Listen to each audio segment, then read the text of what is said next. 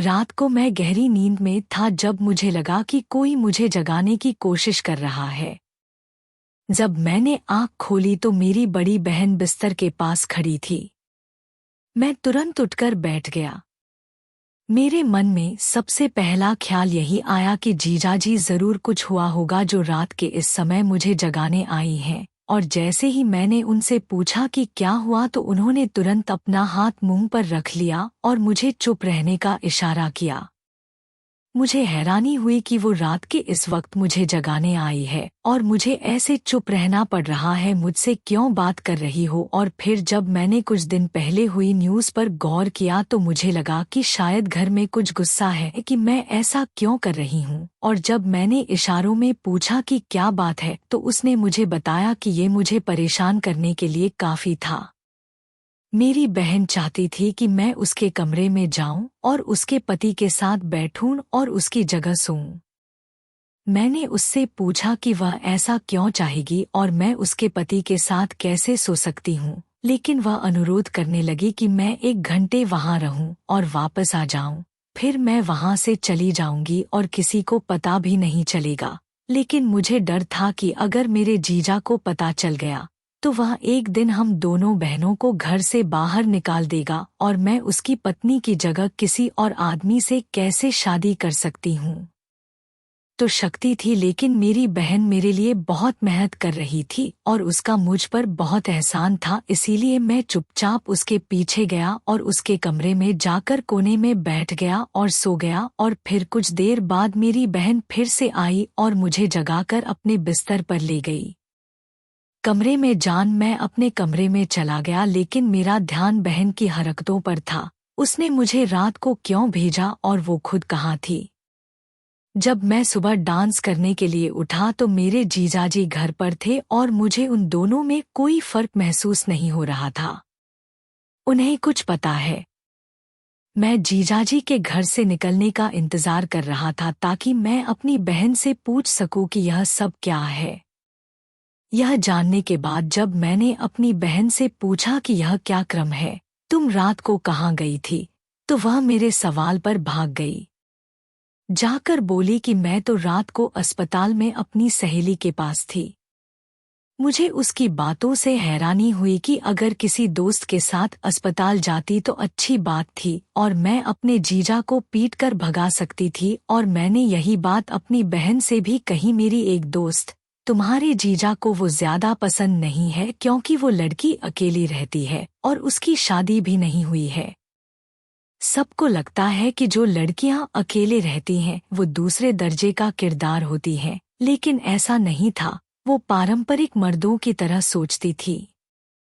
जब मैंने उससे पूछा भी ऐसा क्या हुआ कि उसे रात में अस्पताल जाना पड़ा, तब मेरी बहन ने उसे टोका और मुझे धन्यवाद कहने लगी।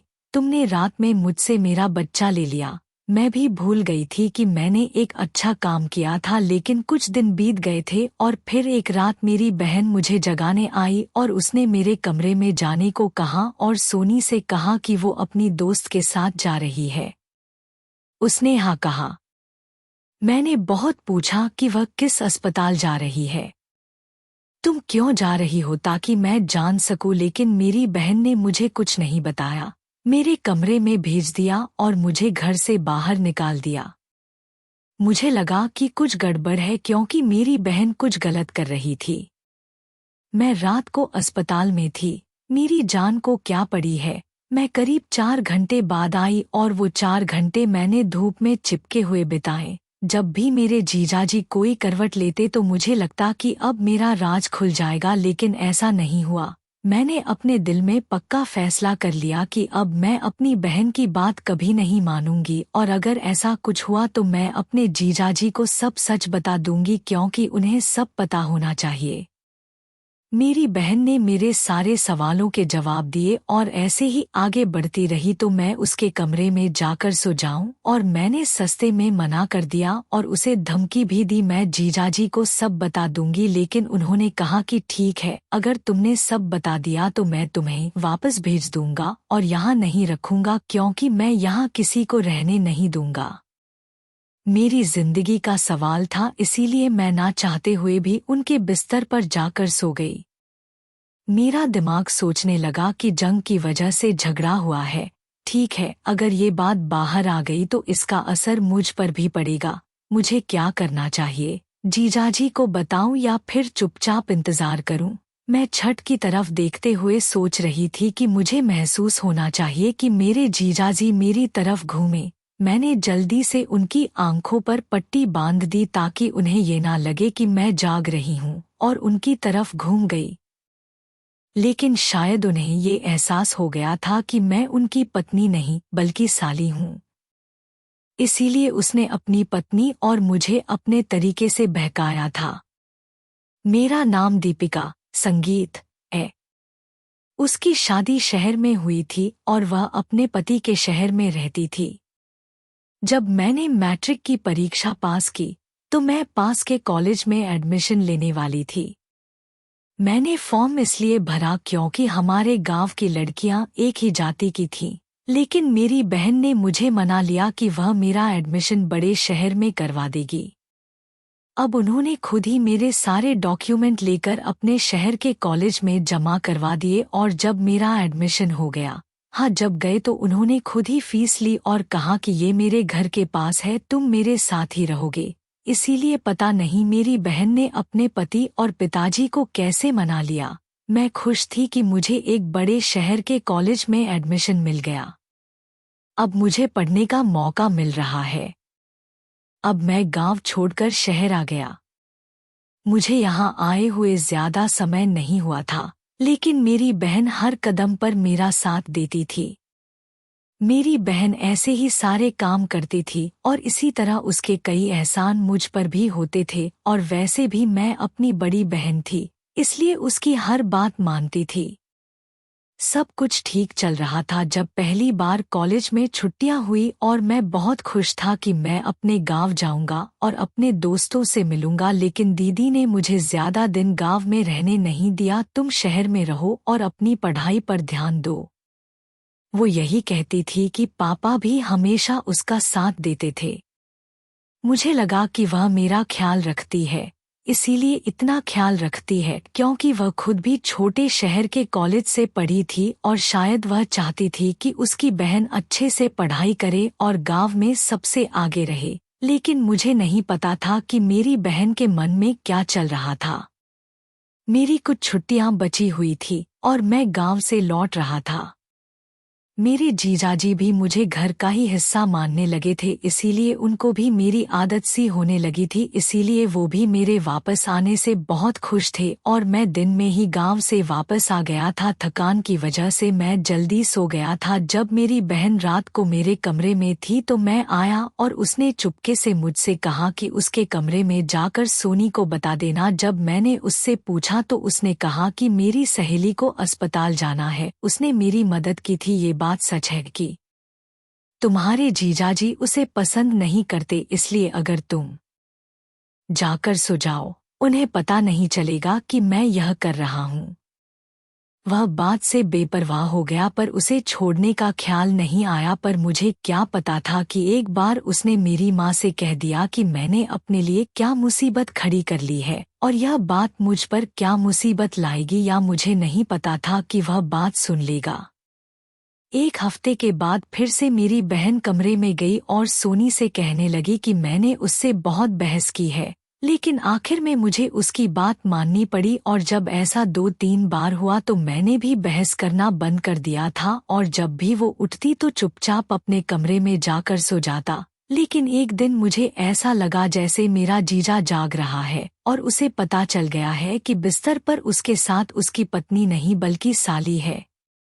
मैं बहुत डर गई और मैं सोच रही थी कि अगर उन्होंने मुझे बताया होता तो क्या होता। मैंने एक सवाल पूछा, अनजान, कुछ घंटे कैसे बीत गए? मेरी बहन अगली सुबह वापस आई और उससे कहा कि मुझे लगता है कि जीजा रात में जैक के घर पर रुके थे और उन्हें सब कुछ पता है। लेकिन मेरी बहन ने इस बात से इनकार किया कि उसे कुछ पता नहीं था। अगर पता होता तो जरूर मैं तुमसे या मुझसे सवाल करता, इसीलिए तुम बेफिक्र हो। मैं उसकी इस तसल्ली से बिल्कुल भी संतुष्ट नहीं था। अब मेरा कॉलेज भी शुरू हो गया था और यह सिलसिला भी जारी है। पहले मेरी बहन हफ्ते में एक बार स्खलित होती थी, लेकिन अब वह लगभग हर 2-3 दिन में स्खलित होने लगी थी। मेरी बहन मुझे नहीं बताती थी कि वह कहाँ स्खलित हो रही है और यह सवाल पूछती थी और आश्चर्य के बाद वह स्खलित हो जाती थी। वह अपनी सहेली का नाम लेती थी। मैंने उसे आज तक कभी नहीं देखा था। मैं कभी हमारे घर नहीं आया था। नहीं, मेरी बहन कभी दिन के उजाले में उससे मिलने गई थी और उसने कभी मुझे उससे मिलवाया भी नहीं था।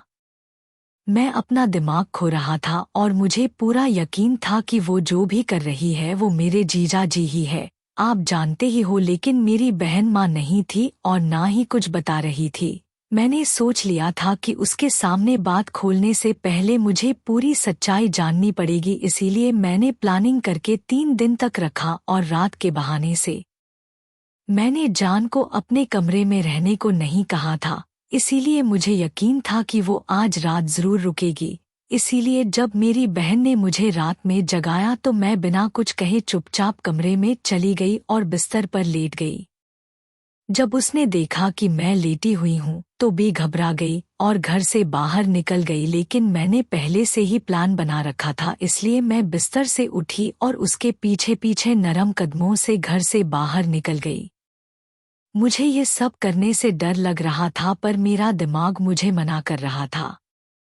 मैं तुम्हें आराम करने दे रहा था। नहीं जानता था कि इसका क्या नतीजा होगा, पर मैं बस अपनी बहन के पीछे चल रहा था। मुझे इस बात की भी परवाह नहीं थी कि अगर ये जीजा जाग गया तो क्या होगा, क्योंकि मैं पहले से ही इसके बारे में सोच रहा था। सब कुछ पक्का तुम्हें पता है। गर्दन में पूरा अंधेरा था और मैं चुपचाप अपनी बहन के पीछे चल रहा था। मैं सिर से लेकर पैर तक काली चादर से ढका हुआ था और मुझे अंधेरे का हिस्सा जैसा महसूस हो रहा था। मैं डरपोक किस्म का था, इसलिए मुझे भी डर लग रहा था। लेकिन मेरी बहन बिना किसी डर के आगे बढ़ रही थी, लेकिन मुझे ऐसा लग रहा था जैसे उसे एहसास हो रहा हो कि कोई उसका पीछा कर रहा है। लेकिन थोड़ा डरने के बाद वह रुक गई और पीछे देखने लगी, लेकिन मैं घरों के पीछे छिपा हुआ था। एम्बुलेटरी मैंने देखा कि और मेरी बहन सड़क पर एक कार में बैठे थे ताकि मैं उसे देख सकूं, और आश्चर्य की बात यह थी कि कार की हेडलाइट्स चालू नहीं थी और कार काले रंग की भी थी, इसीलिए देख नहीं सका। और आश्चर्य की बात यह थी कि कार की हेडलाइट्स चालू नहीं थी और कार काले रंग की थी, इसीलिए मैं यह पता नहीं लगा सका कि यह किसकी कार थी और इसका नंबर क्या था। इसीलिए मुझे वापस आना पड़ा। चुपचाप अपनी बहन के कमरे में जाकर उसकी जगह पर लेट गई। मुझे यकीन था कि मेरे जीजाजी जाग रहे हैं, लेकिन न तो उन्होंने मुझसे कोई सवाल पूछा और न ही मैंने कोई आवाज की। बस चुपचाप लेटी रही। करीब 3 घंटे बाद मेरी बहन वापस आई और चुपचाप मुझे सिर हिलाया और हमेशा की तरह मैं उठकर अपने कमरे में चला गया और वो अपनी जगह पर लेट गई। लेकिन मैंने तय कर लिया था कि आज सुबह मैं अपनी बहन से फिर पूछूंगी कि वो कहाँ है, और अगर उसने मुझे कुछ नहीं बताया तो मैं सारी बात अपने जीजाजी को बता दूंगी, क्योंकि मैं इस खेल का हिस्सा नहीं बन सकती थी और न ही मुझे इसमें शामिल होना था। बनना चाहता हूँ। मैं अपनी बहन पर हैरान था कि वह सब कैसे करती है, क्योंकि मुझे यकीन था कि वह गलत रास्ते पर चल रही है। पता चला कि उसका कोई ऐसा दोस्त नहीं है, इसलिए मुझे यकीन है कि वह किसी लड़के के साथ 1 घंटे तक सेक्स कर रही है। और अब मैं अपनी बहन के व्यवहार को देख रहा था, तब मुझे एहसास हुआ कि यह इतना नहीं है। फिर मेरी बहन को हर दिन रंगीन कपड़े कहाँ से मिलते हैं और मुझे भी जेब में ज्यादा पैसे मिलते हैं। यह सब पैसा कहाँ से आता है? मैं सोचता रहा कि मेरी बहन की हर कहानी में मैं देखकर लगा कि कोई कुछ गलत कर रहा है, क्योंकि अगर ये बात खुल जाती तो मेरा दिमाग खराब हो जाता। बहुत बदनामी हो रही है और वो ये सब क्यों कर रही है? उसकी एक ही इच्छा थी कि शहर में शादी हो और उसकी इच्छा पूरी हो चुकी थी। फिर वो अपने पति को धोखा क्यों दे रही है? सवाल तो बहुत थे, लेकिन मेरी बहन के पास मेरे जवाब थे जिससे मुझे उसने कोई जवाब नहीं दिया। मुझे उससे हर सवाल का जवाब चाहिए था, इसलिए मैंने अगली सुबह कॉलेज से छुट्टी ली और अपने जीजा के ऑफिस चला गया। इसके बाद मैंने सीधे अपनी बहन से पूछा कि वो कहाँ है और किस जाति से है। मैंने उससे कहा कि मुझे सब कुछ सच सच बता, क्योंकि मुझे पता है कि मैं गलत रास्ते पर चल रही थी और मैं ही थी जो कल रात उसका पीछा कर रही थी, और अब भी अगर उसने मुझे सच नहीं बताया और सबको नहीं बताया रॉक, तो आखिरी चीज जो मैं चाहूंगी वो है उसका पति बनना। तुम्हें सब बता दूंगी। मेरी बात सुनकर मैं परेशान हो गई। मैं किसी के साथ रिलेशनशिप में हूँ, इसलिए इस समय पढ़ाई करने की कोई जरूरत नहीं है। मैं तुम्हें यहाँ इसलिए लेकर आई हूँ ताकि तुम मेरा साथ दे सको। मैं और तुम बिल्कुल एक जैसे हैं, इसीलिए अंधेरे में हो। मुझे बिल्कुल भी समझ नहीं आ रहा कि मैं कौन हूँ और क्या तुम्हें ये सब तब तक करना पड़ेगा जब तक मैं चाहूँ, क्योंकि अगर तुम मना करती रहोगी तो मेरे पास दूसरा रास्ता है। मैं तुम्हें गांव भेज दूंगी और पापा को तुम्हारे जीजा के बारे में भी बता दूंगी। के साथ संबंध बना रखा है, इसीलिए मैंने तुम्हें वापस भेज दिया है। उसके बाद न तो तुम्हारे पापा तुम्हें आगे पढ़ने देंगे और न ही गांव में कोई तुम्हारी इज्जत करेगा। मैं किसी को मुंह दिखाने लायक नहीं रहूंगी, पर मुझे अपनी इस गलती पर पछतावा भी हो रहा था। खाना खाने के बाद मैं वहां से उठ गई पर अपने कमरे में जाकर सोने लगी। तुम ये सब क्यों कर रही हो? मैं बहुत अच्छी लड़की थी और उसने अपनी सारी जिंदगी मेरे सामने बिताई थी। उसने कभी कोई गलत रास्ता नहीं बनाया था, क्योंकि वो शहर में अकेली पढ़ रही थी। भी गई थी, उसने शहर से 3 महीने का कंप्यूटर कोर्स किया था। वो अकेली थी, लेकिन उससे कभी ऐसा कुछ नहीं सुना। जब शादी हो गई है तो वो ऐसा क्यों कर रही है? वो कुछ गलत नहीं कर रही है, लेकिन मेरी आंखों में देखने के बाद भी मैं खुद को झूठ बोलने के लिए नहीं ला सका। मैं हर जगह था। अगर किसी को कुछ भी बताया तो मेरी बेइज्जती होगी, और अगर बताया तो मुझे अपनी बहन के इशारों पर नाचना पड़ेगा और उसकी कठपुतली बनकर रहना पड़ेगा। प्लीज़ मेरा यूट्यूब चैनल सब्सक्राइब कर लो। इसीलिए हर रास्ता थक गया था। मैं अपनी पढ़ाई अधूरी छोड़कर एक गांव में चला गया। सब लोग सवाल पूछते और अगर किसी को कुछ बताया तो मेरी बहन की धमकी थी, इसीलिए मुझे चुपचाप वो जो कर रही थी उसे रोकना पड़ा, क्योंकि मेरा दिल ये सब करने को तैयार नहीं था। और दूसरी तरफ मेरे जीजा का रंग भी बदल रहा था। मेरे लिए इससे भी ज्यादा परेशान करने वाली बात यह है कि वो मेरी बहन के सामने तो बिल्कुल नॉर्मल रहता है, लेकिन जैसे ही मेरी बहन आगे पीछे चलती है तो वो मेरे बारे में रोमांटिक बातें करने लगता है और कहता है कि मैं रात को उसके साथ हूँ। ये मेरे लिए और भी परेशान करने वाली बात है। मैं पढ़ाई छोड़कर हॉस्टल में थी। मुझमें इतनी भी ताकत नहीं थी। मैंने सोचा कि पापा से नहीं तो जीजा से जरूर बात करूंगी, लेकिन अब उसके रोमांटिक बटन की वजह से मैं भी उसकी तरफ आकर्षित हो गई थी। मेरे लिए भगवान के अलावा कोई सही रास्ता नहीं था और मैं पूजा करते हुए रोती थी और कामना करती थी। एक बार मैं अपनी बहन की अलमारी में कुछ ढूंढ रहा था और मेरी नज़र दुकान में एक अच्छी चीज के पीछे छिपी एक अजीब चीज पर पड़ी। ऐसा हुआ था और जब मैंने उसे मोड़ा तो यह देखकर चौंक गया कि उसमें बहुत सारी फिटकरी थी। मेरे परिवार में कभी भी कुछ अच्छा नहीं रहा, तो इसका मतलब है कि मेरा शक सही साबित हुआ। मेरी बहन गलत रास्ते पर चल पड़ी थी। इस रास्ते पर यह बात मुझे बहुत परेशान करती थी। मुझे शायद अपनी बहन से नफरत होने लगी थी। मेरी जीजा की गलतियां बढ़ती जा रही थी। मैंने अपनी बहन को शक्ति के बारे में बताया भी नहीं था, जो खुद गलत रास्ते पर चल रही थी।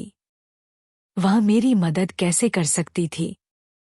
और फिर एक दिन ऊपर वाले ने मेरी सुन ली और मुझे पूरी सच्चाई पता चल गई। दिन में जब वो कॉलेज से वापस आई तो हमारे घर के सामने कुछ अजीब सी भीड़ थी।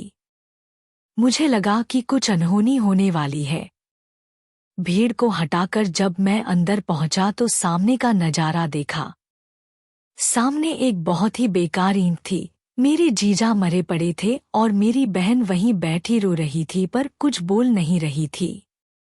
मैंने पूछा क्या हो रहा है, तो मेरी बहन ने तुरंत मुझे पकड़कर अपने पीछे खड़ा कर लिया और कहा कि बिल्कुल चुप रहो। मुझे लगा कि उसने मेरे बहाने अपने पति को मार दिया है ताकि वो खुलकर कबूल कर सके, क्योंकि मुझे नहीं पता था कि बारात में कौन कौन आने वाला है।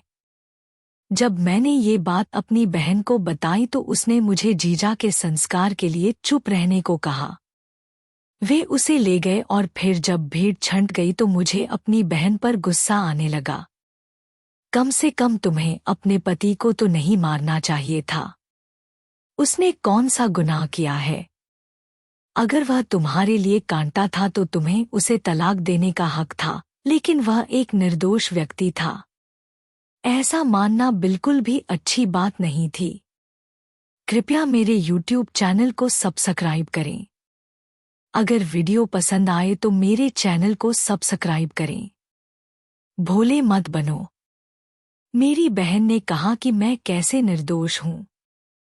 क्या उसने तुम्हें फांसी नहीं दी?